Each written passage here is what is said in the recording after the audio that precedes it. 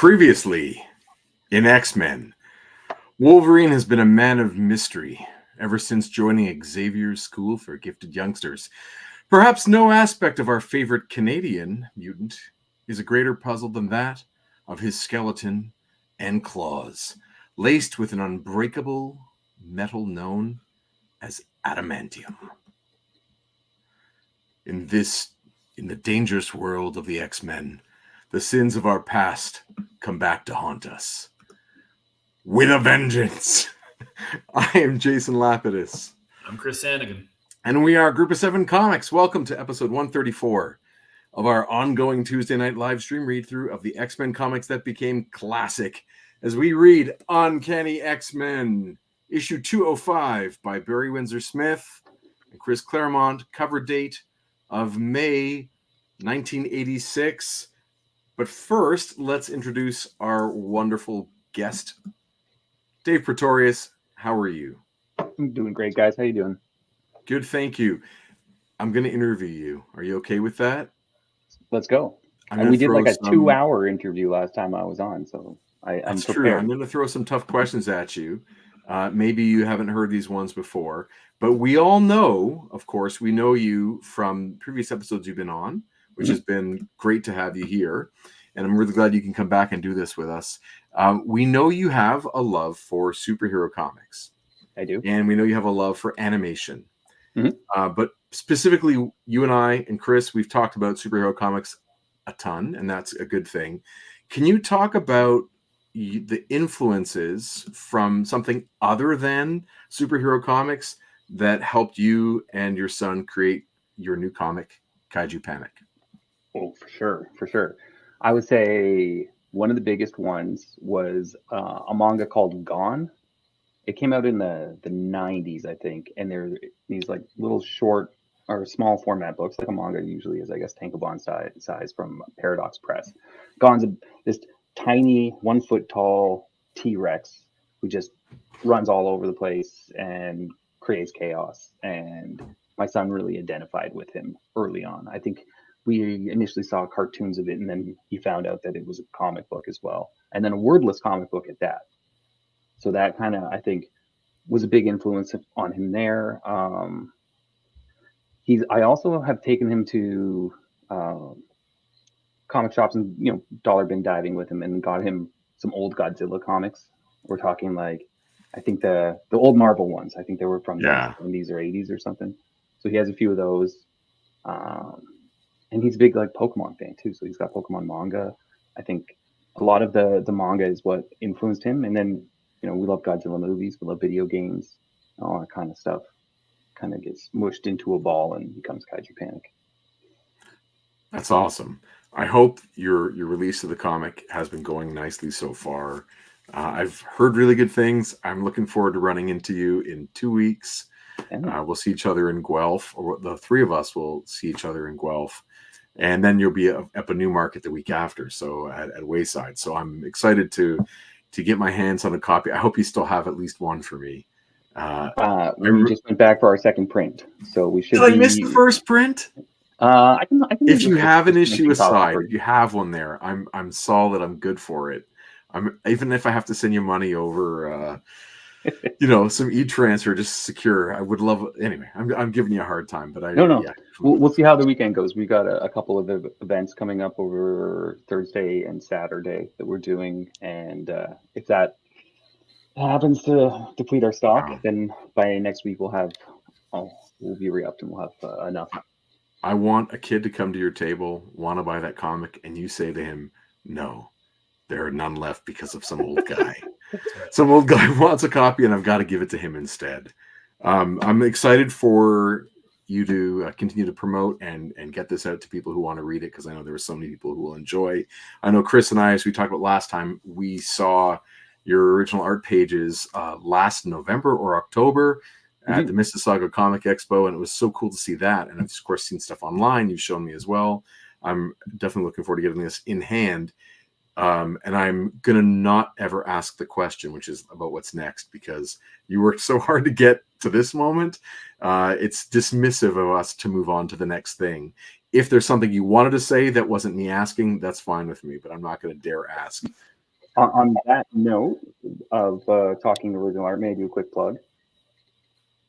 All right. Yeah. Starting this Thursday at the Youthful Vengeance, which is in Toronto at Dundas and Ossington, we'll be doing a 1-week gallery showing of the entire issue, every single piece of original art framed and on the wall in sequential order, so that people can come in and read the book. And I'll be there selling on the gallery opening night, which is Thursday. And then Wolf and I will be back on Saturday afternoon to sell and sign books as well. That's super cool. It's fun to do a gallery show. That's a very exciting thing. I'm going to say hello to everyone in the chat as well. And while I'm doing that, Dave, if there's any chance you can give your volume maybe a little bit more, I think you might be a little on the soft side at the moment. Let's say hey to Ali and Chuck, and Michael and Chuck, and Massimo and Ali and Chuck and Chuck. all different Chucks. Really happy to see everybody here with us. This is a big issue for a lot of us. We're really happy to share some X-Men stuff with everybody out there. And if it's Tuesday, it must be Xy, says Chuck, which is very true. I've been jonesing for this one for a long time, especially since we planned that Dave Praetorius would be here with us. So it's such a special thing. We have to move on to the topic at hand here. And of course, you just mentioned your son, Wolf. And I like the synchronicity here, right? Where we get the episode. This issue is called Wounded Wolf, which is very exciting. We have some things to talk about this. Of course, there's a million and one things to discuss here. Let's begin with pardon me. Why we're patting us not on the back, but just reinforcing the value of seeing these original scanned pages as opposed to the digital formats or the digital printing versions that are so prevalent that we have access to. When you see how things were printed originally on newsprint, this here on screen is an example of the difference between what you get if you buy it in a trade now or a hardcover, or in, of course, the amazing Weapon X gallery edition or whatever it's called, oversized. They're beautiful, but they all come with obviously a modern version of the printing. Whereas the original comic, if you can get your hands on it, it's the one on the left that's on newsprint. And you can see how much more subtle the colors are. And I'm not to say that one is necessarily better than the other, but I will say, and I think we can hopefully agree definitively on this, that one is what the artist is intending and expecting, and the other one is what modern technology allows. So the one on the left is what Barry Windsor-Smith, who is the colorist on this issue, he's planning for that. And you can see in some of like the cybernetics on, spoilers, Lady Deathstrike's arms. On the digital version, you can really see the differences between those soft blues and reds and greens and yellows. Whereas the newsprint version, it's really subtle, those differences. And it kind of blends in with the snow and the chaos. And I think that's probably what Barry Windsor-Smith has in mind. I think he wants to give us an experience, and a visceral one. And the movement of all these pieces, the blood, the snow, the body parts, etc., is supposed to, I think, feel integrated as opposed to very, very separate. So that's one of the reasons that you should try to get your hands, or at least give yourself the opportunity to read the original issues. And one of the reasons that Chris and I are generally so happy to share these digital scans that we have of the original printed comics with everyone out there is because there is a value to them, seeing the way that the colorist, in this case Barry Windsor-Smith, originally intended. Fair? Yeah, I think, just generally, I think it's easier to read. Yeah, it's gorgeous. I think the darker colors, I think you're right. I think there's something there. I think it's harder for the eye to track the subtlety 100%, but also just the action. There's a lot of overlap as the colors get darker and darker. Right. They're very saturated on. Yeah, I think it's just as from a reading perspective, I think it's harder to take in everything that's going on. Right.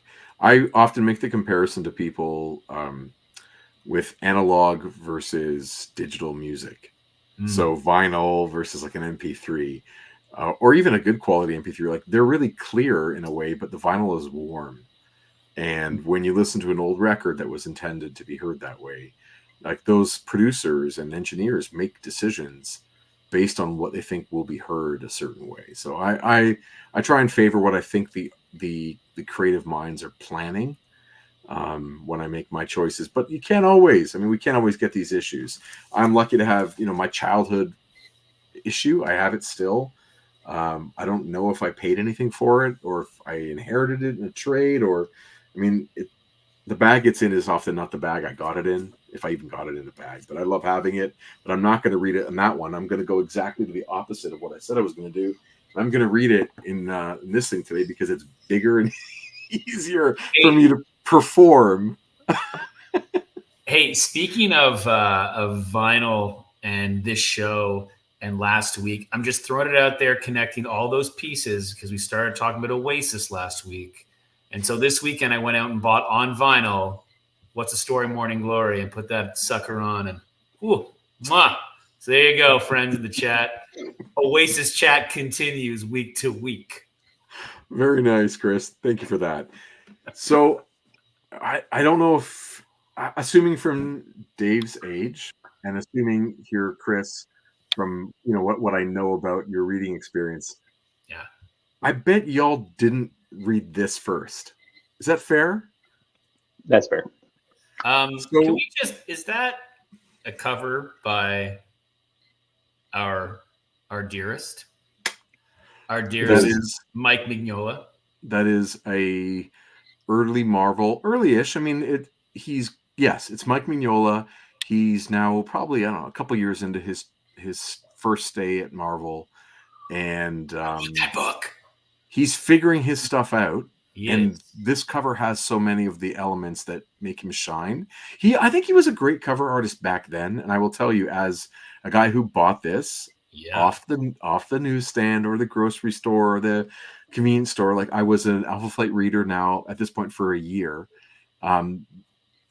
Getting my hands on this darker version of Alpha Flight, the way that Mike Mignola portrays them on these covers, they really stuck with me. I didn't like them, but they impacted me. Like I would stare at them, and I used to copy his poses and try and figure out his choices were so interesting, so different than everyone else I was reading. His work really stayed with me even as an 11-year-old at this point. So I didn't know it was Mike Mignola. Like I didn't connect the dots when I got my hands on, even 2 years later, the Death in the Family covers for the death of Jason Todd. He does those 4 covers. And then of course he does Gotham by Gaslight. I didn't know it was the same guy, but I knew that I couldn't stop staring at his art. And that hasn't changed. And I even have drawings from this time period where I'm copying his poses into other characters that I create. I'm so down with this cover. Yeah, it's fantastic. X-Men and Alpha Flight, Mignola. Yeah. I'm on board. Got to find this one now. Next show we're at. Back issue diving, baby. All right. So this is important because besides the Alpha Flight narratives that are going on, Byrne is now off the series for 5 issues. Bill Mantlo has come over. He's writing the series. He does not seem to have the heart of it like that. Whatever the magic was of Alpha Flight, it's not here. Again, you might like the issue, but it just feels like superhero team by the numbers. So I'm going to show you a couple of selected pages from this issue. I have my copy of it. This is mine. Like this is the photograph I took of this issue, and so I took these photos today. And what you get in it is you'll notice the paper quality has changed even in these months. This is like 1 month or 2 months before this X-Men issue comes out. You can see how saturated the sort of, I think they call it flexographic printing. So the colors are already more saturated here in Alpha Flight than they were in X-Men. That's the first thing I'm spotting. But it is the first time we're getting a flashback to Wolverine's past in comics. And it's not written by Claremont, right? Like we're starting to see this bit of a trend now. X-Factor is popping up, right? He's not in control of it. They bring Jean Grey Phoenix back. He's not in control of it. Someone's telling Wolverine's origin. He's not in control of it. He's had him for 10 years. And then now things are shifting. So what we've got here is a scene. Obviously, you can kind of read it. It's just Wolverine in the wild in the north. And the Hudsons, meaning James McDonald Hudson and Heather Hudson are snowshoeing, as Canadians do, and they are attacked by a feral, Wolverine, and Heather is forced to shoot him, I guess, through the throat from the back, and he collapses. And this portrayal of Mac was like very different. He's very stern and unemotional, and Heather's very like, she's diminutive in her presence compared to him, and he leaves her in the cabin alone with Wolverine as they restrain him to the bed. And yeah, Chuck says he assumes that all Canadians walk to school in snowshoes. It's constant winter here, Chuck. What, September? There's like 3 feet of snow outside my door right now. Oh, totally. And our snowshoes, we hand make them all, right, from the things we can forage in the nearby endless woods. So yeah. So this was a scene that happens, and then we get a couple more pages where she sort of nurses him back to health, and we get some. By the way, the penciler is Sal Buscema. He's a staple of all Marvel comics at any point in time. He's like your prototypical journeyman at Marvel. She's waiting for Mac to come back. He never does. Eventually Wolverine wakes up, and when she least expects it, he pops his claws, and he is as frightened by his claws as she is. He's horrified. And this is maybe a key moment for Wolverine. It kind of reminds me, I think this was part of the inspiration for in X-Men Origins Wolverine, the movie. There is a scene where he is taken in by a kindly rural couple, and his claws pop for the first time, I think, when he's in their bathroom, and he causes a huge mess. Remember the old man finds him in the barn? I think this is kind of a similar piece to hazy. that. That movie's hazy. Okay. Yeah, I mostly blocked that movie from my memory. Fair enough. What I do love, though, is that this is the 80s or the 70s, and log cabins are literally log cabins. There's just no other construction material in Canada at that time. Correct. It's harvested from the woods. Okay. So instantly, she is sympathetic to him, and he goes from being in a rage to basically in mourning, and and Wolverine, in his classic outfit, we've seen him. Byrne has drawn him in this kind of outfit at the bottom right-hand corner a couple times already. So this is like the end of the flashback. He's retelling the story to Heather, as Heather has gone to him in the narrative of this. As Heather goes to him with a power suit for the first time to ask for him to train her, and so he takes her into the woods and says, "Okay, I'll train you. Let's do this. If you're going to do it anyway, I'll train you. I'll be the one." And he recounts how they kind of first met. Byrne and Claremont do write the two of them a couple times. There are some interactions, of course, in X-Men. I want to say it's issue 140, 139 and 140, I think, are the two Wendigo ones. And we see they have a dynamic in those. And then, of course, he comes when Vindicator is killed, or Guardian, I think he's called to that point. When he's killed, Wolverine shows up a couple times in Alpha Flight as well.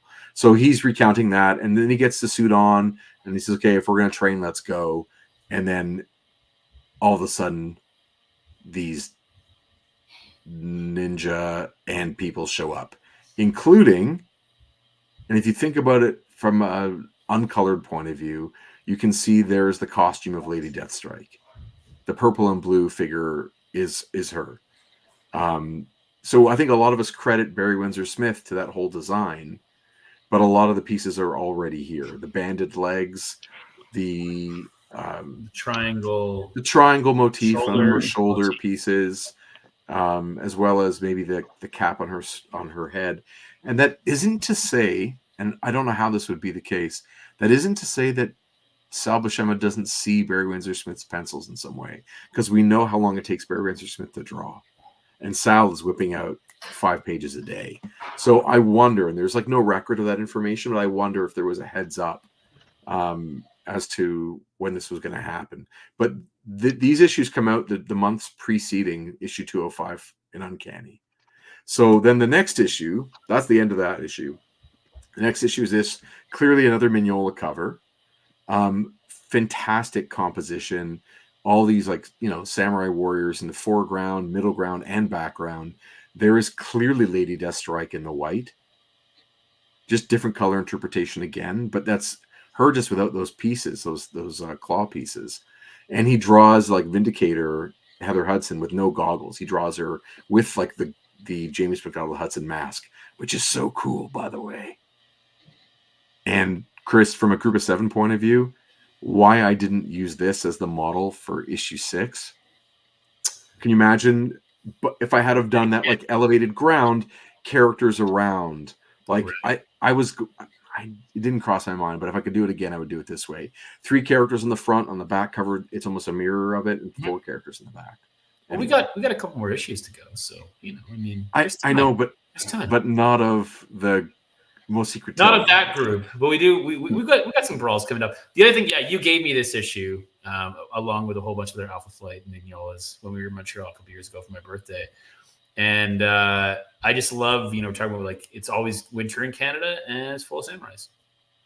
Yes, So there is no information. By the way, group chat to Canada, come visit, see our winter samurais. Yes, and there was no information in that previous issue as to how they found Wolverine or who everyone was. It was just out of the blue. It's just like, here's a danger. You're in the woods. Well, now people are coming to kill you. But yeah, Mignola was awesome on these covers. Yeah. And there's the original one is online. You can find it.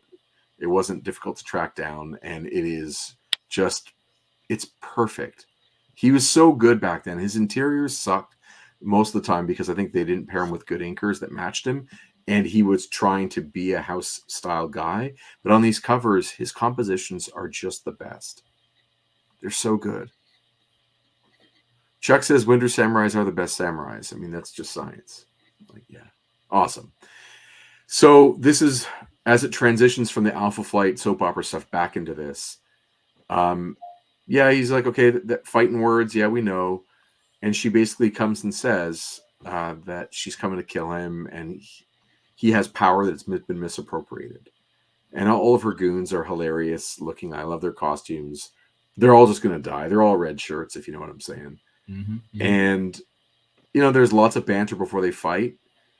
And she starts to reveal who she is bit by bit and talk about, how he should be ashamed that the Yoshida clan hates him, whatever, all that kind of stuff. And then he's like, okay, you're going to take you want to come at me? I'm here. Let's go.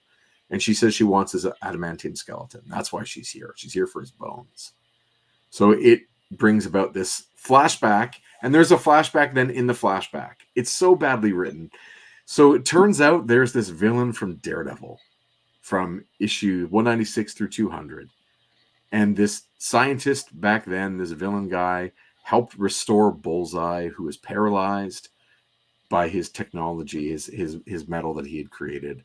And that's how like Bullseye's spine kind of got back together so he could become a villain again before, way. And then she kills her dad, who was the scientist. And then her lover kills himself. And so she runs away. You can see all that. And then she flashes back into her father's origin as to how he turned into this Cobra Commander kind of guy. And he's basically, a failed kamikaze pilot who is shamed and wears this mask and all this drama. Bottom line, she feels that the adamantium technology is proprietary. And she has come to reclaim it to restore her honor. She wants Wolverine's bones. He then mentions, and Heather is like, oh, I think Mac knew about that. I think he knew about the adamantium, and he might have been now like, what's the word when you knowingly are involved in something? An accomplice? An accomplice maybe in Wolverine's transformation from being just a regular agent into having his bones laced. And this, by the way, hurts me in my soul because, again, this is a person retconning. This is a writer retconning James McDonald Hudson's intention from what we had learned before, where they had been like brothers who were planning Alpha Flight together, and now it's something sinister where he is like he's an accomplice in the process, which is I think how it was portrayed on the show too, and there was like in the X-Men cartoon, but it was never that way.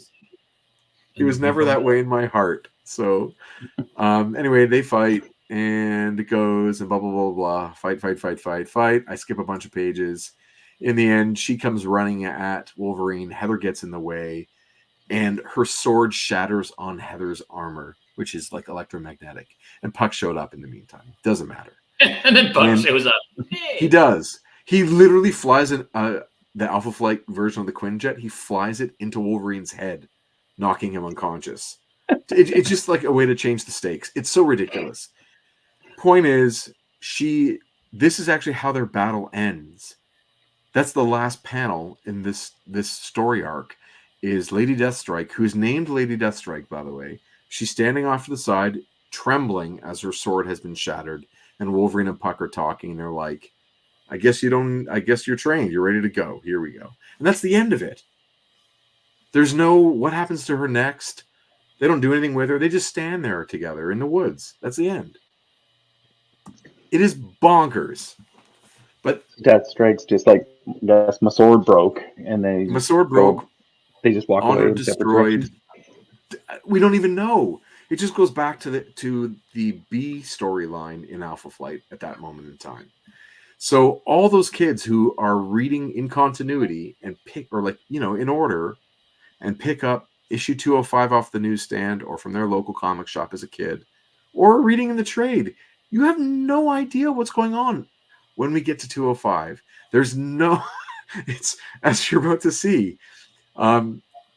Slight detour here, of course, is Jay Lee doing, I believe, the last issue of X-Men Classic. Issue 109.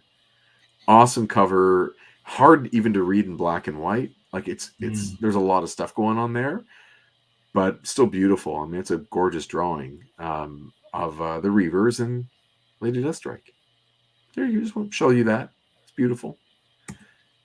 And then you can find this one online too. This is not in the Marvel Covers Volume 1 Artist Edition. So I was hoping it would be in there because I wanted to be able to look at this up close and really dive in. But there's a pretty good scan of it online. But it's, like I said, it's not in the Artist Edition of Marvel Covers. The craziest thing is there is a price at the bottom when Barry Windsor-Smith sold this. $400. Ah! Kidding me. $400. I would drop that in a second. Yeah. Anyway. Yeah, we don't have to go there yet. We're only at this part. You guys ready to do this now? Yeah. Yeah. I wanted to give you some background, and I just don't mean you two. I meant everyone out there, so that at least there was something happening that we could connect on that. And we get to connect again further because you mentioned X-Men Origins, Wolverine, as the film is called. True. We get Deathstrike in X2. We get a version of Deathstrike in X2. Is she called Deathstrike in X2? Yes. Yeah, they call her that? Okay. Yeah, I believe so. At least on the promo images and stuff, they called her Lady Deathstrike. Okay. All right. I don't think she has many lines of dialogue. No, she just cracks her knuckles. Yeah. Mm-hmm. And then her thing come out. And then her fingernails grow, and that's about it. Yeah.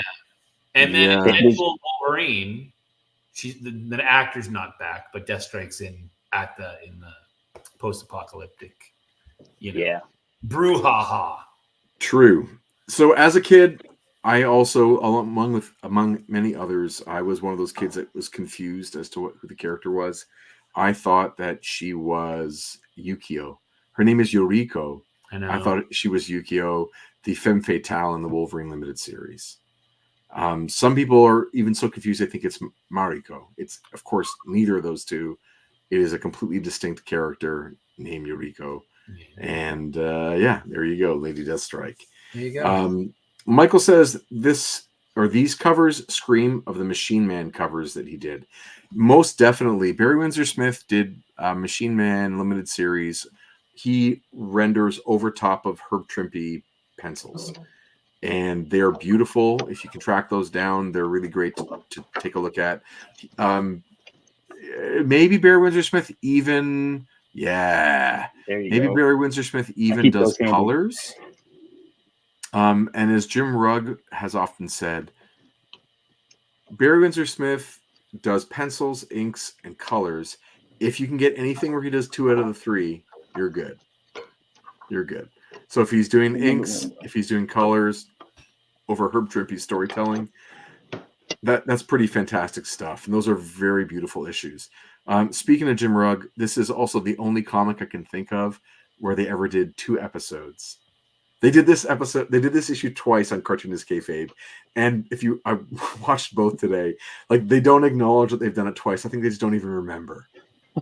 They do it once, the 2 of them, and once with Tom, and they talk about some of the same things each time. Like, they don't even know.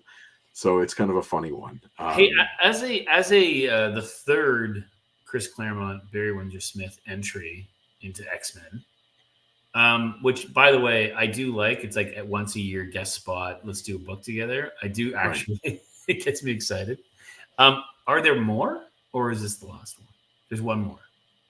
I'm giving a thumb up. I'm not saying how many. Okay, there are more. Are they the same? But is it the same kind of like guess? Just one out of 12 will be a Barry Windsor-Smith, Chris Claremont. It's sooner than that. Okay, and it's in continuity much more. Like, this is, as we've talked about, like an inventory issue. This could come out almost at any time. Yeah, right. It's not dependent, although it is very clearly set in a moment in time. It's a Christmas issue.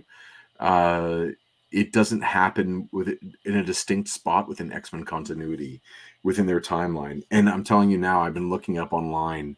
The nerds are going crazy as to when you should order this issue amongst all of Secret Wars and all those other pieces. It doesn't place. Like, the fact that it's Christmas it just throws it completely off. But that's not why we're here, right? We're not here for a continuity fix. We're here to read the issue as it came out and just enjoy what's here. So it's a pretty special thing. Please. Do you happen to know when this came out in relation to the Marvel Comics Present Wolverine issues that Barry did in continuity with this? Because when I got this in a boxed comic from my mom's friend when I was like 10. And I got a few issues around this time. This didn't make any sense to me. And I had no idea why, any of this was happening. And it wasn't until much later that I found the Marvel Comics Present stuff. And so this is years before. Whoa, okay. This is 5 years before that came out. So it was just as random as it felt random as it felt. Except for there is a connection, which is Barry Windsor-Smith draws this cover and designs this cover, and it inspires him to start thinking about, well, wait a minute. What was Wolverine's transformation like? I'm playing with that idea. I guess he's in the body shop or whatever he is, and whatever this means. Because this is, spoilers, not part of the story in any literal kind of way. This is like an abstract thing where there's, he is being taken over in some way. But this doesn't happen in the issue. It's just sort of like a random kind of drawing inspired by, I guess, what Lady Deathstrike goes through. Because they're an echo of each other, maybe. I mean, is that what we're supposed to... I don't know how to interpret this, I have to be honest. But this got him thinking about, well, I wonder what that transformation into the adamantium-laced skeleton really was like. And so almost like drawing this cover inspired him to figure out what that story was. So, yeah, weird, eh? Mm-hmm. Yeah, I don't... It's crazy. All right. You boys ready to do this? Let's go. All right. I have to remind you, the narration is sometimes her and sometimes not her. When I say her, I mean Lady Deathstrike. So whoever is reading Lady Deathstrike should probably be doing a lot of this narration. The Body Shop does not have a precedence before this, although Spiral does. Spiral appears not only in an issue of Uncanny already as part of Freedom Force, the newly revamped, government-sanctioned Brotherhood of Evil Mutants, but she also is a major antagonist in the Longshot 6-issue limited series. And from that, we would know about the Mojo-verse, and we would know that she has sort of been banished to Earth, and that she has both magic and technology abilities. But we don't know about the body shop until this moment, and I still don't think I know anything about the body shop after this moment. Okay. It says the body shop will make a new you. And it is trademarked, by the way. Oh. There's a little TM there. So anyone want to step forward as Lady Deathstrike, or should I do it? Well, I think, why don't you do it? Because Dave, you were thinking Wolverine, right? Yeah, I'll try my hand at Wolverine. And I'll do Katie. Oh, good. I'll do Power Pack Katie. with just the filthiest mouth you can imagine. She's 5. Chris, she's 5. All right. Get ready. Ripping, tearing, burning, screaming, pleading. Why me? Ice heart, fire breath, soul, minds, thoughts. I am. Who, what, shredding, shedding, shredding, forming, change, same, different, pain, joy, rage, glory, triumph, despair, oblivion, blessed, awareness, sight, me, sound. What have I done? That's like, this is the craziest page of Marvel Comics art that's ever been up to this moment in time. Has there ever been anything like that ever? No. And I know we haven't said the credits yet. I did mention that BWS is doing colors, but look at on Spiral's cloak or her cape, whatever you want to call it. There is no holding line between the white and the purple. That is a line that is not in the pencils or in the inks. It's just a colorist who is rendering. Like they're creating shape and lighting based on their own choices. So him being the colorist is like he's doing art outside of what you would do in the line art, which is bonkers for this moment in time. All right. That spiral is so good. Oh my God. Blood taste. Acrid. Metallic. Flesh bonded to steel. Ever living. Forever. Dead. Images crash. Thoughts race. Reality perceptions twisting slowly into place. Her eyes sparkle with hatred. She's a shark, huntress, and predator, as I yearn to be. Must be, shall be, am. Her jagged teeth savage my soul. I am no more. I am Spiral. Regain your center.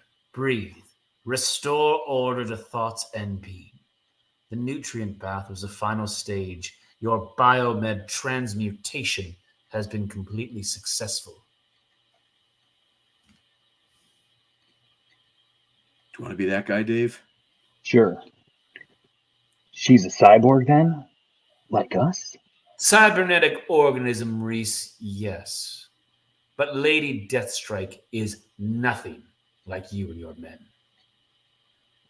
She is a living weapon, the true and ultimate woman of war. She mocks me, but I do not care. My foe, the X-Man, Wolverine, has unbreakable bones and claws that will cut through anything. Now, milady, so do you. But the process can be reversed. Spiral, when my mission is complete, you agreed to restore not only my humanity, but that of my associates as well. The body shop guarantees satisfaction, or your money back. Great deal. Too great. Hey, Reese, it's on the level. Doesn't matter. Whatever happens, we'll be no worse off than we are. All we have to do, turn a hefty chunk of change and maybe a whole lot more besides, is track down and most likely kill the man we hate most in the world. How amusing. To desire that which was never really yours, this so-called humanity, to dream of regaining it through the murder of another. And lastly, to dance with the devil, believing you will spin away with your soul intact and untainted. Domo arigato, Spiral, for what you have done this night. Oyama Yoriko is eternally grateful. Lady Eureka, it was my pleasure. Okay, how cool do these guys look? Like, they remind me, first thought is the Marines from Aliens comes to mind Sure. with all their gear. Just like those visors are so badass. That pose they're in is so badass. We've picked up a couple names. We've got Reese. And I think that might be the only one there. And Chris, you know who they are, right? I do. They're from the Hellfire Club. They are, and we're going to get some more names in a bit. But they are the three of the guys that Wolverine tore to shreds back when he comes out of the sewer at the end of that issue during the Hellfire initial battle with the Hellfire Club, and then he's in the basement, like in the ceiling, like a ninja, and in the rafters, and goes down and he skewers these guys and tears them to pieces. So they've been all rebuilt as cyborgs, and like the level up of character design between what we saw in those issues with not just the Hellfire Club, but Emma Frost's Hellions, and those costumes were those guys too. You know, like the idea of that generic Hellfire costume of their pawns to this is like a quantum leap in character design. Yeah, I'm in love, and we'll talk about the Marvel Legends about these guys later. But I've been obsessed with these three idiots ever since this comic came out when I was 11. So they are so cool. Ali says, I love that there are so many detailed lines and all of them doing work. Spiral's hair and helmet, Lady Death Strikes Back and cybernetics, Reaver's costumes. Yeah, it is like I'm reading a comic book that I wasn't allowed to be reading. Like he's performing an act of wizardry that I just can't comprehend as a kid. And it is so powerful. His choices, everything. And the impact that his work makes on the Image Boys, you know, Scott Williams on inks over Jim Lee, like the lessons that Jim Lee and Scott Williams take from this are massive. And then you can look at even Spiral's helmet and the second to last panel on the right page.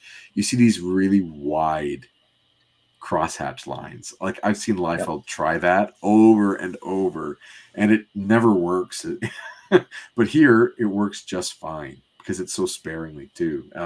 Yeah, it's fascinating. So cool. And if you think that looks good, Ali, wait till you see this. Boom. Look at that ad. No, I mean, look at this picture of New York. Like, nobody could draw like this on a monthly schedule, and that's why he doesn't do it. Right? He's on another plane, working at a different page rate, and just not living like the other guys, having a house and a mortgage and a family to feed. He's able to work at a completely different pace, and it levels up like the entire expectation of readership, which is crazy. South Street Seaport on the lower East River shore of Manhattan Island. When my father was my age, he flew on a kamikaze, a suicide mission, against our country's enemies, but he failed, returning home in disgrace. For the rest of his life, he sought to atone for that shame. Here, too, he failed. Because of me, and his debt, his task, fell upon my unworthy shoulders. The key is Wolverine, and the secrets locked within his gaijin brain. His will is the immovable object, but mine is an irresistible force that shall not be denied. He will break or be destroyed, or I shall. Bets, kids, come on. Hurry up, slowpokes, we'll miss the evening carols. Wah, wah, wah, wah, wah, wah, wah. I love that this teacher is like never shown above the shoulders. It's so cute. How are we doing, Katie? All washed up? Need any help? Yes, Miss Randolph. No, Miss Randolph. What does she think I am, a baby? I'm 5 years old. Oh, I want to dry my hands. The stupid machine's too high. I hate being little. Adults think you can't do anything. Miss Randolph isn't looking. I'll use my energizer power to disintegrate the water in my hands. Jeeps, that tingles. Was that you giggling, Katie? Mm-hmm. What's so funny? I'm ready, Miss Randolph. Can we get back to the choir? I don't want to miss any singing. All right, Eager Beaver. Goodness! How the weather gets so rotten so quickly. Hold my hand tight, Katie Power, till we rejoin the others. Yes, ma'am. Is this a blizzard, Miss Randolph? It looks neat. Where we used to live, it never snowed like this. Ouch, slip stings. Sorry. Oh. No, my fault. No, you're right. What's that? Miss Randolph, someone's yelling. Reese, Macon's down. But I got a clear shot. Man, who'd have figured that crazy beauty could even move after what District did to him? Ouch! That man hit us. He's shooting a gun. Where's Miss Randolph? I can't see her. Miss Randolph, it's Katie Power. Miss. Before you go further, Chris, you might notice that Barry Windsor-Smith is a little bit liberal when it comes to the gutters. He does a more narrow gutter than John Romita Jr. and Paul Smith and the guys before him. He chooses like a narrow gutter that's similar to what I think Mignola eventually uses too in Hellboy. It's a slimmer gutter. And then in the page before, he even does panels inset with no gutter. So right. I think he feels I'm to assume.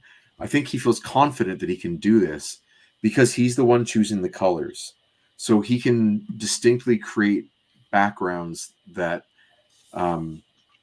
create enough contrast color-wise and shape-wise too with his line art to have the reader understand that they are not blended in, but it is tight sometimes, especially as his drawings get more dense. But he's much, like I said, he's more liberal and creative when it comes to that as an innovation that we don't see from a lot of other people at the time. Cool. Very cool. Randolph? Wounded Wolf, a solo adventure starring Wolverine of the Uncanny X-Men. Chris Claremont story, script, Barry Windsor-Smith story, art, and color.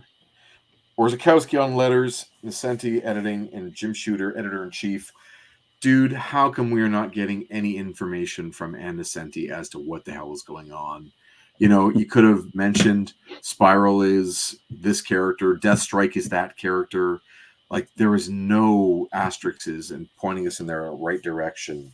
Mm-hmm. Even as we're about to see, Katie Power mentions that she knows Logan. Like, usually we would see a little thing that says, as they met back in Uncanny X-Men, 196, and like, that's not there at all. And it is to the detriment of those readers who are like just thrown for the loop. But it is totally okay. Chuck has a little follow-up here. He says, a little follow-up. The goons that Wolverine took out in 133 are Angelo, Cole, and the guy that dropped his gun. Angelo is a first name. It's Reese, Cole, and Macon are their three last names. Angelo, I'm not sure which one's which, but I think one of them is also Wade. Like, it's like Wade, Cole, Angelo, Macon, and anyway. But yeah, there are lots. And the guy who dropped his gun, I like that. Cool. Run where you like, Wolverine. I shall follow. Mr. Logan, is it really you? Ah! Your death will help avenge my father. Mine will be a welcome release. Either way, I win. The claws, they're part of you. Mr. Logan, are you going to hurt me? Jess, look! Policeman! They'll help me. What about Mr. Logan? Has he done something wrong? Will they arrest him? Okay, buddy. Step away from the girl. We got a crazy here, Sid. Listen to the guy. He's growling. Hey, let go. Put her down. Take it easy, fella. No one's going to get hurt. He's running in. Call for backup. Mr. Wolverine, what are you doing? This is wrong. Those policemen were friends. You're holding too tight. It hurts. Put me down. See these panels across the middle, like each of the tiers is clearly delineated by a gutter, but then he's saying, like, I want the action to be so fast between in your mind that there's no gutter to slow you down.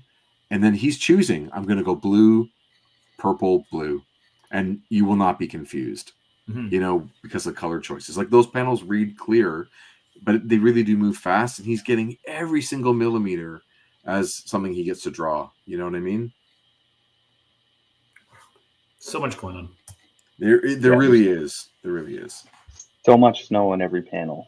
It's unbelievable. Yeah. And yet you can still read the story through it. I mean, graphic. Sure. But you do feel the wind and you feel the cold and how much it must sting and keep you disoriented. Stop it, stop it, stop it. I keep hitting, but he doesn't notice. I thought you were my friend. Please, you're scaring me. I will not be scared if a baby gets scared. I'm no baby. I'm Energizer. Part of Power Pack. This is the power. I fired off one of the biggest power balls I could and blew it up right in front of us. That made him drop me. I got snow on my boots. I'm wet and I'm cold. Better run away while I can. But first, I'll disintegrate this garbage can to power myself up in case I need to fire another power ball. I better get out of my school clothes too. Costume on! If he makes a move, But how can I? He's an X-Men. A hero, a friend. Friends don't hurt friends. Mr. Logan, why did you do what's wrong? Don't you know me? Mr. Logan, are you sick? I mean, he just does overwrite everything. Like, the panel where she falls is such a good drawing, like of the way she tumbles. But he just has to, snow in my boots, like everything, just nonstop with Claremont. And I love him. Don't get me wrong, but yeah, it's true. As someone with a 4-year-old, I can attest they do talk that much, though. They do, and we needed to know that she absorbs the garbage can and chooses to put on her like a dry outfit using the powers that the alien gave them, back in the first issue of Power Pack. Like, that is, we need those bits, but I don't need to hear every little, a lot of inner monologues for the 5-year-old, says Chuck. I agree with that. That's the best inner monologue, 5-year-old inner monologue. Deep thoughts. Yeah. He's covered in blood. He's been hurt. Was those guys who hit Miss Randolph? Who hit me and Miss Randolph? They beat you up, Mr. Wolverine? Come on, we gotta find somebody to help us or a place to hide. It's snowing so hard I can barely see what street this is. I don't know where we are or which way to go. He won't answer me. All he does is make growling noises, like an animal. How can anyone be hurt so bad? You forget how to talk. Oh, Wolverine's sorry. Must be the bad guys. They'll catch us if you keep crawling, Mr. Logan. You got to get up. Please try. That's it. When he falls, he's too heavy for me to lift or drag away. They're coming closer. Have they seen us? Let's go. Can we talk about Wolverine's costume for a minute? Sure. You notice that he's naked except for his underwear and a boot? Obviously. So, I think as a younger kid, I chalked it up to like the colorist, which I didn't realize was the penciler and inker. They just misread, and he does have his pants on. But now that I'm reading it at this advanced age, I wonder if he really wanted Wolverine to be naked. Oh. And he was sort of course corrected that he had to at least cover up his crack and his right. His, his furry junk. What, like, is there any way that his costume can be destroyed in this fashion that makes any kind of sense? Like, come with scenarios. Okay. So they surprise him as he's getting dressed. But that means he puts the shorts on first. Yeah, he was just. That's backwards. Yeah. Who puts their underwear on first? Wolverine does. He doesn't need to answer to you.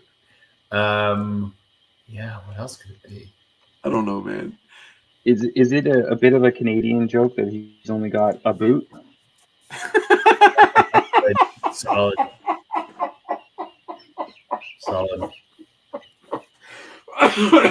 Sorry. Oh, yeah. Thank you. Thanks, Dave. You're welcome.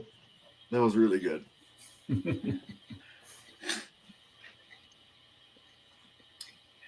Don't know. But he's got some underwear on, which is good because he's hanging with a 5-year-old. So that's good. Yeah. It's probably a smart move. And I think in the Weapon X stuff, like the Marvel Comics Presents stuff, when he breaks out, I don't know that this is of that same time, but he's very naked in those. Mm-hmm. Yes. I mean, you see everything. Everything. Everything. Okay, go on. Let's continue here. Where's the telephone? If I found one, I could call Power Pack to rescue us, or Wolverine's teammates, the X-Men. Should I leave him and go look for one? Suppose I get lost from Wolverine then, and I can't find my way back.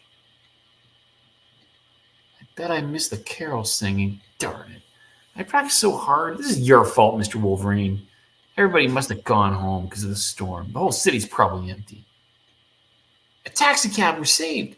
Mr. Wait, please stop. Yo, sweetheart. This ain't the night for a stroll. Please, my uncle. Some nasty people beat him up. Did a pretty fair job, too. By the look of him, poor devil. He is not a devil. Even if he's as scary as one. Just an expression, youngster. Didn't mean anything by it. Roads are the pits tonight, but I'll get him to a hospital. Thank you. Please hurry. I think they're following. This 2-page spread is fucking awesome. Like, just looking at it as a whole, it is an incredible thing to look at. Mm-hmm. Relax, Mr. Logan. Everything's going to be all right. Wolverine? Ah! Hey! You crazy man! What are you... Take your hands off him!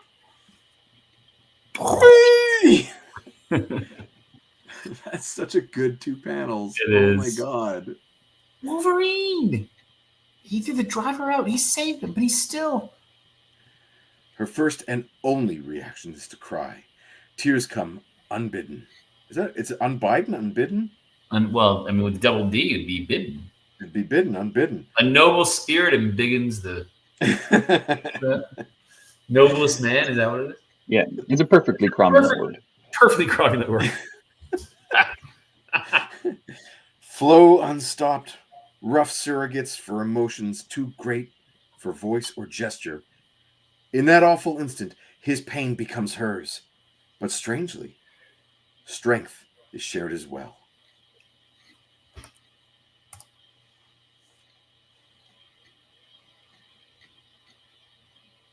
Enabling her to endure, him to struggle onwards.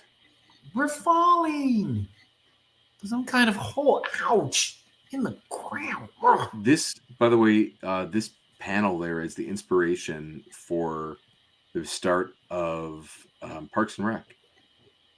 I don't know if you know that. Okay. This is the inspiration for Parks and Rec. If you watch the DVD commentary, they'll tell you that it's Uncanny X-Men 205. Go on, continue. Ah! Ow, my nose is bleeding. I hate this. I hate you, Mr. Wolverine. I wish you'd never met. Oh no, I don't. That isn't so. I didn't mean to say such a rotten thing. I'm a rotten little girl. I'll get you home safe, I promise. Bogu Wadare. What'd you say? Mr. Logan, you said a word. I think. Mr. Logan, can't you speak like me? What am I? I know you, girl. Why do I not know myself? You gotta howl. Oh, You gotta sorry. bathe the vein. Again, Katie's eyes burn with tears. Not this time for the pain of his body, but for the terrible anguish in his voice. I hope this makes you a little warmer. Domo arigato.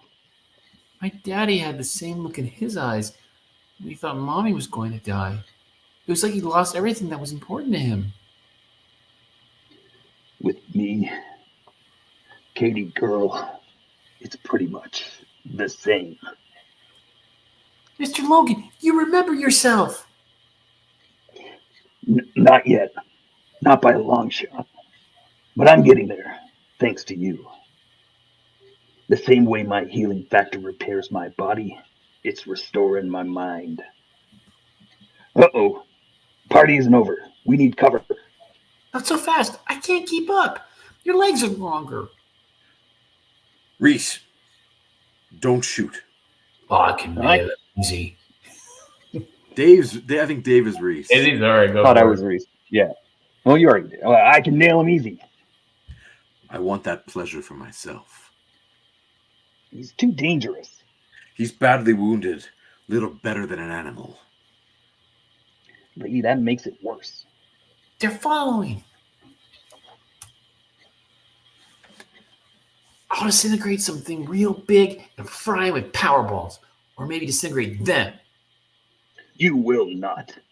But they're trying to kill you. That's my lookout. I want to help. You've done so. Buying me time to heal.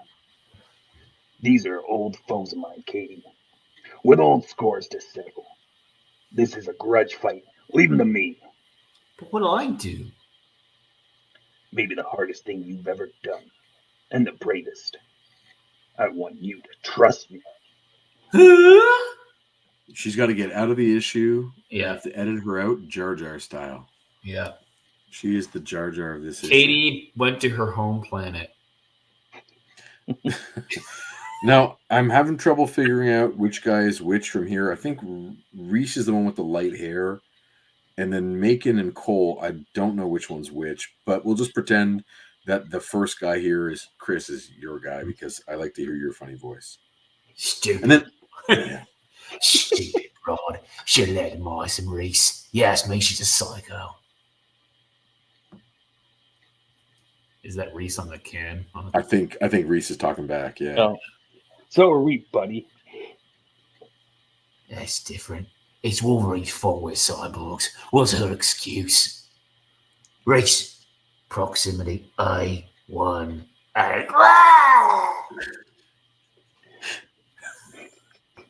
Deathstrike. Cole's been hit. His med stats say he's hurt. And out of action. Just like Macon. Odds are shifting, lady. We go or stay. Do as you wish, Reese. My place is here. Your funeral. And mine probably as well. Reese, the girl makes Wolverine vulnerable. Find her, take her hostage, and our battle is won. It's not that easy. Proximity warning. He's after me. Nice try, Muty. That was point blank. No way you could have survived. Guess again, chump. Ooh, it's a great last panel. He's a chump. Reese, So cool. acknowledge Reese. You're wasting your time. He's done. And so are you. I hoped, prayed. I knew our duel would end like this. Hunter and hunted, warriors both, face to face alone, burning their sins away with blood. And only their skill and courage and steel to save them. Of we two, only the best shall survive. Why, Yuriko? This doesn't have to be. I am my father's daughter, bound by his dreams, as I am honored by his name. The man is dead, and the dreams were mad. That changes nothing. A child is but the shadow of the parent. In death, even more so than life. So long as his work remains unfinished, his dream unfulfilled, I am but the palest reflection of my father. My own life cannot begin. I do this to win my freedom. A fool's dream, Deathstrike. A false hope. That, Gaijin, is my choice. Her claws are insane in this. Yeah, they're just taking chunks out of each other too. Like, You are a mutant. Your powers are the gifts of nature. Mine are technology. I am faster than you, stronger. My claws are sharper. Your life's road is at its end, Wolverine. That lady is my choice. I'll kick when I'm ready, and that ain't tonight. Then how did Claremont have the discipline not to write in this last page here? Like, it needs to be silent, maybe sound effects, but it needs to be no reading. As Wolverine goes, left, right, left. He just tears her apart. And each panel gets like that darker blue as he goes. It's so good. that last panel too, eh? Jeez. It's phenomenal. So good. My God. Yuriko. It was necessary to become like you. The better to slay me? My healing factor makes me a mutant. Lacing my bones with adamantium and giving me these claws, that was done to me when you asked to be changed. You did this to yourself. Threw away a humanity I'd give pretty near anything to possess. Your old man be proud you're a carbon copy. What a waste. I have lost. Worse, I have failed. My life is forfeit. That'd solve all your problems, wouldn't it? But it won't be that easy. You made me an animal again, Deathstrike. Took me back to a time in my life I thought I'd put behind me. Animal and man, each has his reasons for killing. None apply here. The thread that binds us can only be broken by a death. Father, so long as you block my path, my spirit remains trapped, stillborn. Show mercy, I beg you. Let me free. Oh, sorry, I jumped the gun. Earn it. Hey, this is interesting here. So instead of snicked, it's snacked. Yes. So the claws are going back in. Yes. Is this the first time that there's a snacked sound? Maybe. I don't remember it. First appearance of the snacked sound? If it ever did appear before, it might, of course, be in the Wolverine Limited series. Sure. But it feels to me like I've always known it. So I don't know. Gotcha. We weren't tracking it, But let's start tracking it from now on. Yeah. We're going to put this onus on everyone in the chat from here on out. For all the remaining episodes, let's see if we can figure out, is this the first snacked? Snacked. We'll track it as 205 is the first one. It's pretty crazy. It does feel like the obvious sound effect, though, too. Like if you think of like a click and a clack, yeah, you got snicked and a snacked. Well, that's like the magic of it. It's such an organic and natural choice that anyone else might have overthought it, but it just seems to work perfect. Oh, Chuck's got it. Snacked count 1. Ali says that he looks like the longer, leaner Wolvie of the 2000s comic here. Yeah, I mean, Barry Windsor-Smith does draw a leaner version of most characters, him included, for sure. For sure. Just so beautiful the way he renders all of this. And you can just, hear, like, the way when Darth Vader is defeated by Luke in Return of the Jedi, like the breathing change, and I can imagine her on the ground, like every breath is labored, and you can hear her kind of hissing away, and there's like some gurgling, and for some reason now there are wires coming out of her mouth and nose that weren't there before, unless they were under like a layer of, I don't know, some sort of facade that was over top of her. Yeah, but what an inventive design for her as a creature. Totally. Yeah.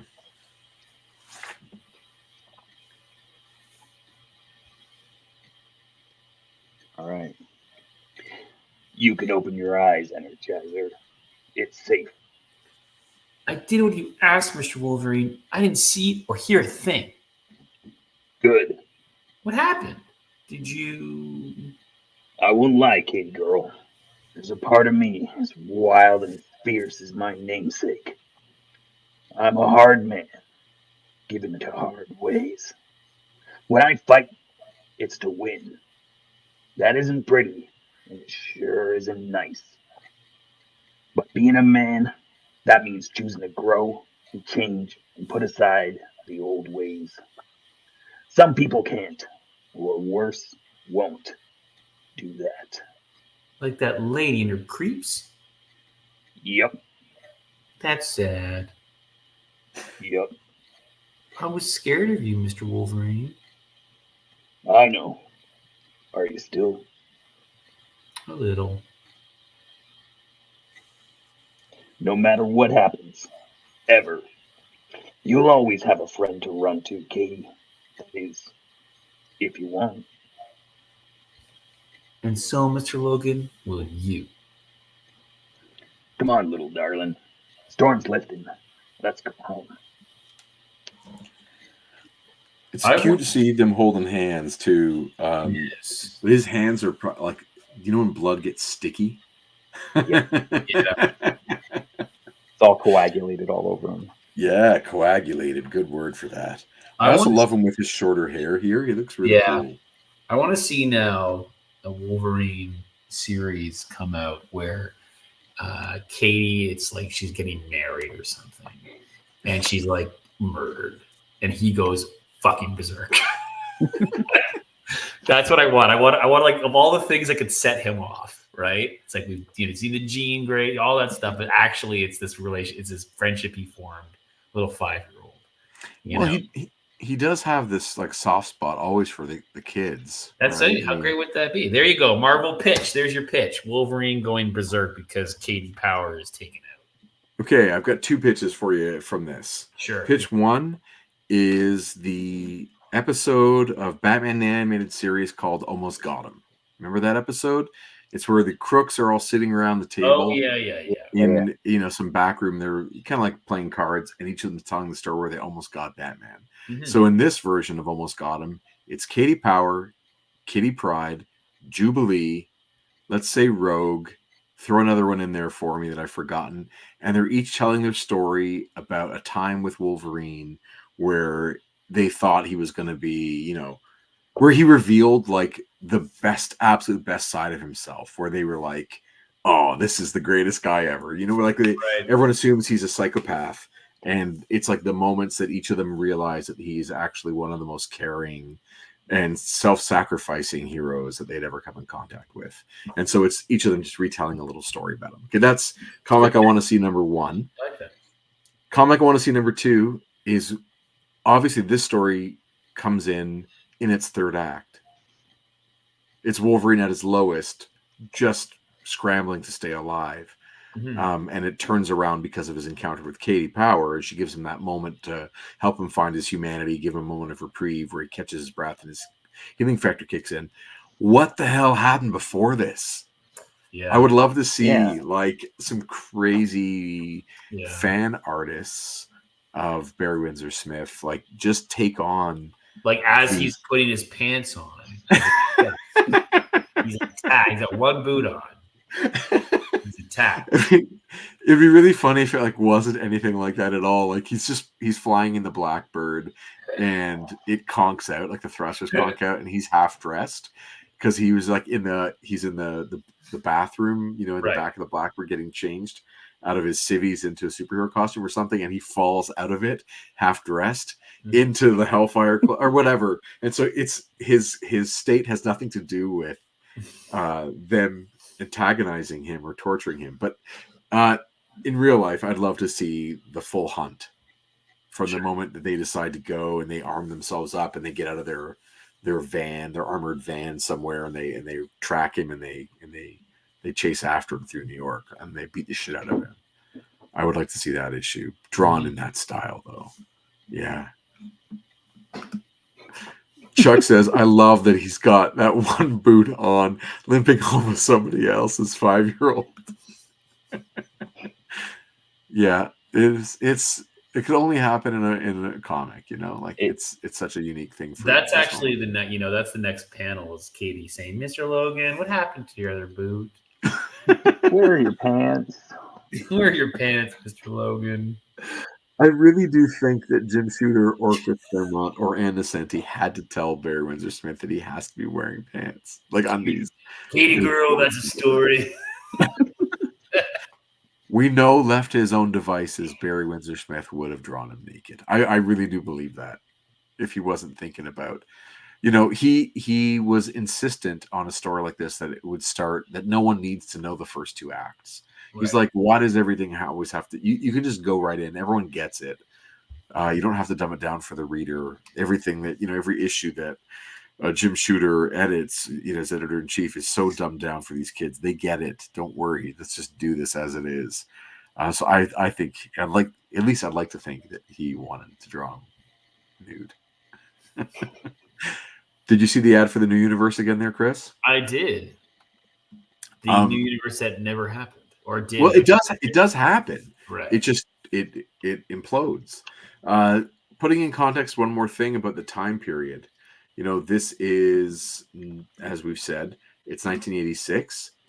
So Watchmen, Dark Knight Returns, Mouse, eventually like Batman Year One is being made in this moment in time. Soon Daredevil Born Again is being made. Like the landscape of these big 2 companies are changing irrevocably. Mike Mignola is doing covers for Alpha Flight.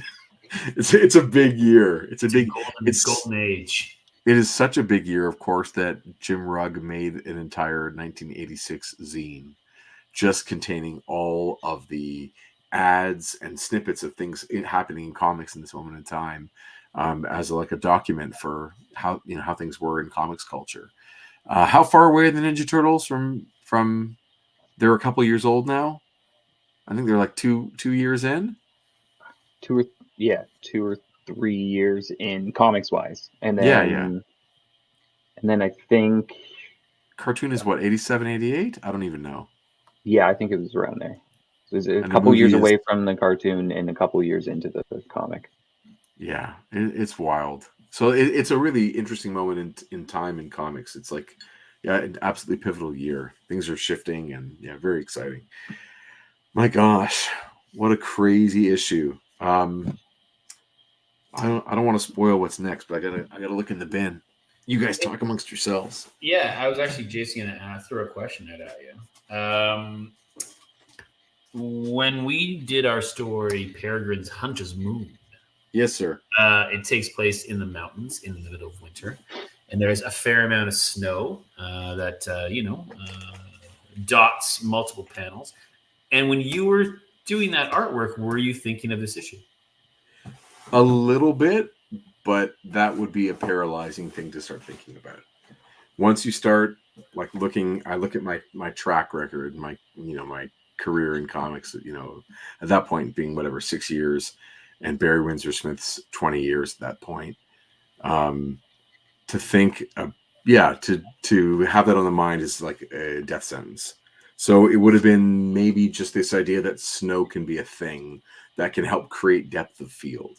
Sure. So snow in front of characters with those breezes, snow in the middle and snow in the back. And that probably was on my mind from a few different things. Also, like all the rain from that I see from Klaus Janson, and all of the way that Al Williamson renders the thick soup of smog and shit in New York City, and all of his Daredevil drawings with like all the ink jobs he does over John Romita Jr. All those things, but how those guys create atmosphere just through line. That was on my mind for sure. I don't think I was going for anything too much, but I also cheated on the snow. I kind of created a brush in Photoshop that was like snow chunks, and just used the same one over and over and over, because again, the approach to that comic was, okay, finish a panel in 15 minutes. There isn't time to go and then draw all the snow and then color all the snow, or erase, because the characters behind it are going to be, seen through the snow. So I had to find ways around. Next issue, just to talk about, is here. It's Freedom Force, Speak of the Devils. We got a crazy blob. We get the return of John Romita Jr. He's been away for a couple issues, right? We had that last one by June Brigman, and we have this, obviously, Barry Windsor-Smith this time. So we are going to see JRJR return, and it's going to be like a story in continuity, which is cool. And we get like just some great, like that's what we want from JRJR, right? Yeah. So I'm excited to see this. This feels like it could have been a Paul Smith. Like it's still that influence, that tone that those guys set. And JRJR's back for this one, and there are not many issues left for him on this run. His days are numbered, as he is going over to the new universe to work on Starbrand. So that's Starbrand. Yeah.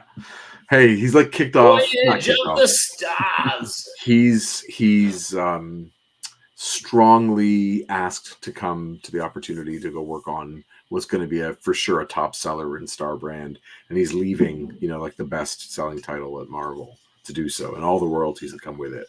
So that's like a sore spot for him, is that he was kind of moved off that book, reassigned. But it changes everything for everybody else too. Like it opens doors for a lot of other artists to make their name in and on X-Men. But Marvel Legends, she's in a bit of a crazy pose here, pardon me. But you see, like that Barry Windsor-Smith design, got to the animated series, and it's forever how she's going to look. Like this is all we ever want to see, is her in the iconic. The hands are not nearly as big as Barry draws them. They're like right from the cartoon and how she's been modernized. But that banded leg, this heavy tunic, and top to her, her hat piece, like that's all coming from the art in that Alpha Flight issue. It's just colored differently, which is really weird to think about. The puffy shirt, yes. Also, the time period, Seinfeld was already a cultural mainstay, and her puffy shirt is from Seinfeld, of course. So putting that out there. Marvel Legends did a single. Okay, they did a character. I'm gonna just take I'm sorry to do this to you guys. I feel really bad for everyone out there. I'm taking a solo view. All right, they did do one of these guys. So it's on a body that is Crossbones, which is another character that comes into the Reavers. I don't know, a couple of years. He's not Crossbones. Is it Crossbones? Oh no, Skullbuster. He's a dude that has like a tattooed skull face. And it came with two heads. So if you had more, you had to like buy the figure twice, and then you alternate the heads. And I think I took a vest maybe from Nuke and put it on. So I have Skullbuster and I have this guy, but they're not enough like the way they were in that issue.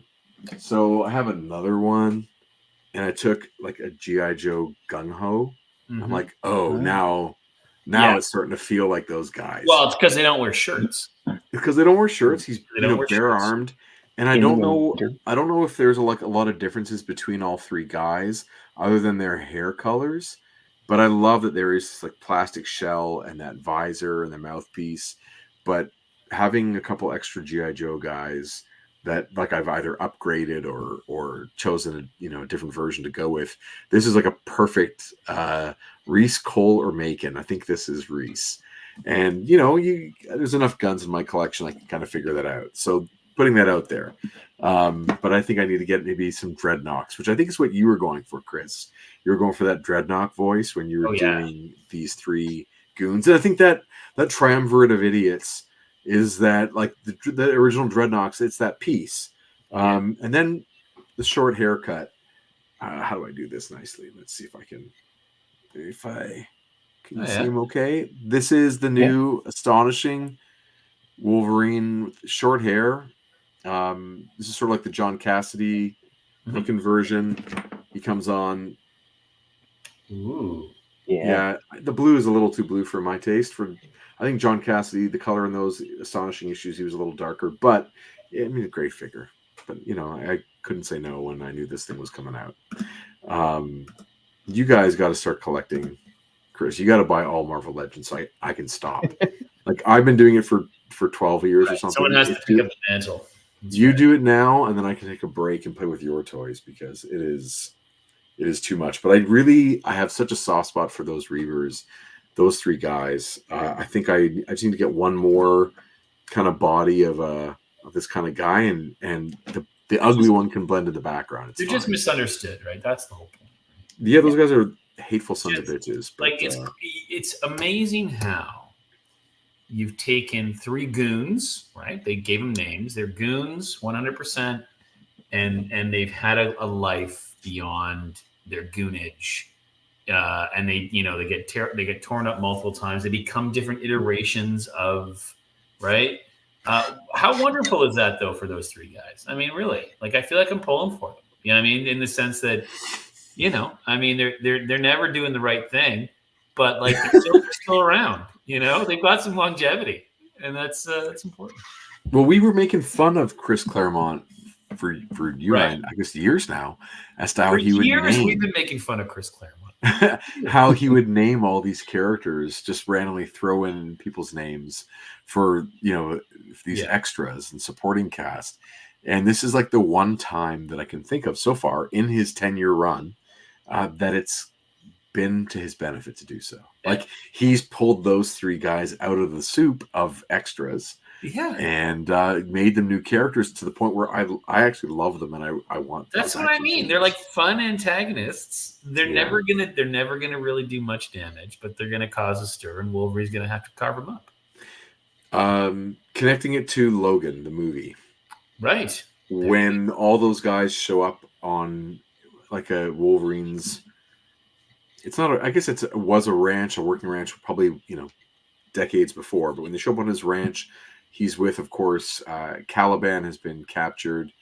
Professor X is there in his feeble state, and Wolverine is with X-23, Laura, and it's the Reavers who show up as like these cyborg dudes to capture them, and they don't ever drop their names as Reese, Cole, and Macon, but like. When I saw those guys, I was like, "Oh yes," guy has like maybe just a hand or a forearm or whatever it might be. But I just want to assemble like kit bash these little guys with backpacks, some Ghostbuster backpack pieces, and extra tubes, and oh man, so cool, so cool. I'm in love with those guys. What am I gonna say? Is there a shirt? You need like a shirt with the three of them. You know what I mean? It's that picture. Yeah, it's just these three guys. All right. That's not hard to do. We know that Dave's going to show the picture, right? You looking it up? I think I know the panel that you're talking about. Sal, the car driver in Chicago, when they went to Hellfire Club.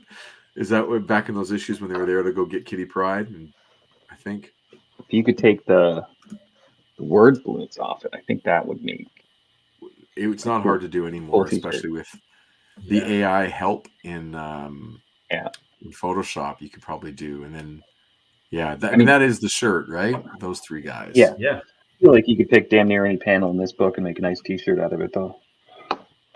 Yeah, no doubt. So here's that cover we talked about. I think that covers everything I needed to cover. Is there anything else you guys need to cover? For this issue? No. There's more Barry Windsor-Smith coming in X-Men. That's good. Okay. Is there any other X-Men talk that we needed to connect to movies, or there's no other updates? We talked about the extra Gambit scene that leaked online last week. Yeah, we did. That might be it. I think that brings us to the end. That's wild. There you are. So I will, of course, pitch all these events that I know that you and I, Chris, will be at. Let's see which ones we're going to see Dave at too. September 14th, Guelph, Ontario at the Dragon. A great I'll be there. comic book store at the Guelph Comics Jam. Dave will be there along with Wolf, I believe. Yes. Which is bittersweet to me. I'm looking forward to hanging out and you being a dad and having your kid, but that is like my night out night. Oh. So I was hoping, but I'm sure we could stick around for a little bit. He's just, not too late. He's a little kid. He's not drinking, is he? Okay, maybe a root beer or something. But oh, nice. Yeah. October 5th, Whitby, Ontario, at the the Whitby Central Library or Whitby Main Branch, whatever they call it. Yeah. At Whitby Fan Con. Are you coming, Dave? I'm there. What? Amazing. Yeah. Cool. October 27th, Newmarket, Ontario, at Wayside Creator Con. Are you coming, Dave? Not confirmed yet. I want to talk to Omar when I'm there on the 21st of September, and then we'll figure out whether or not the 27th of October is going to be a thing. It's going to be at a brewery. Oh, okay. Yeah, it's an indoor-outdoor, but at a brewery in Newmarket. It's going to be wonderful. I think all the raid guys, or at least some of the raid guys, hopefully the good ones. Friend of the channel, Anthony Falcone, hopefully will be there. We get to hang out with him. I'm looking forward to that. He's been on the list of guests for 2 years for a specific issue that's coming. And we're getting close to it. We are. It's weeks away. November 16th, Mississauga, Ontario, at the library, the newly opened Hazel McCallion library. Mississauga Comic Expo. You going to be there? Yes, I will. Yes. All right. See, we got lots of Dave Praetorius coming up. Yeah, lots of hang time. Very exciting time. Dave, are you going to be at what's it called? The Mountainside Music Festival in March? Where's Cutler? Where's Cutler making his joke? What's it called? The Mountain Music Festival? Music. Mountain Music Band. Isn't that the Mountain Music Band? I don't even know what the joke is from. I just know he makes it every single week. But he's not here. Chuck is like putting it out there, but I don't think the joke is exactly word for word. Dave has it exactly every time he says. Cutler says it the same every single week. Massimo, we'll see you at Wayside. Oh, awesome. And at MCX. Nice. Massimo, you're not going to be at the Guelph Comics Jam? I was assuming I'd see you then. Hopefully you can drop by. Anyway, that's all good. We'll find everybody there. Dave, one last time, I'm going to plug your book and where we can find you at redeyedraws.com. Yeah, that is correct. Or Red Eye Draws on Instagram and Facebook and, everywhere. You go to redeyedraws.com and you can hook up with me there. You can catch all my books there. It's all a little bit of original art. And I've got Wolf and I are going to be at a bunch of places in the fall. A lot of the ones that these guys talked about. On top of that, Youthful Vengeance this Thursday for our gallery opening, showing off every page of Kaiju Panic. Saturday for signing with Wolf. And then Guelph, we talked about. Wayside Comics on September 21st. And then Whitby in Mississauga after that. Right. I have actually your Wayside date in my calendar. I want to drop by. Yeah. And hang out for a bit that day.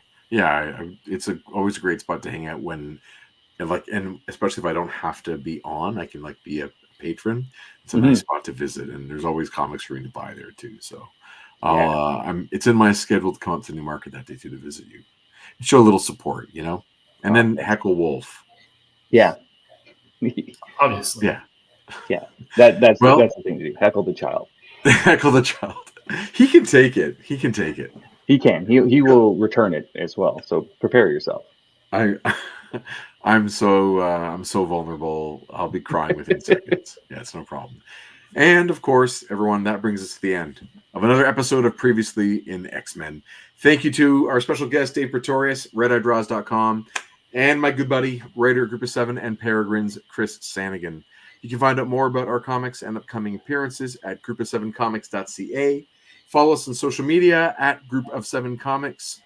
Please click like, subscribe to the channel, like the video, and tell us your take in the comments below on your favorite Barry Windsor-Smith comic, your favorite Wolverine comic, what you think happened just before this story happened. What do you think happens after they walk into the streets of New York together, or whatever it might be? I'd love to hear your take on those things. Thank you, everyone. Thanks, Bub. And stay Xy, everybody. Stay Xy. Thanks, guys. Thank you all. Have a good one, folks.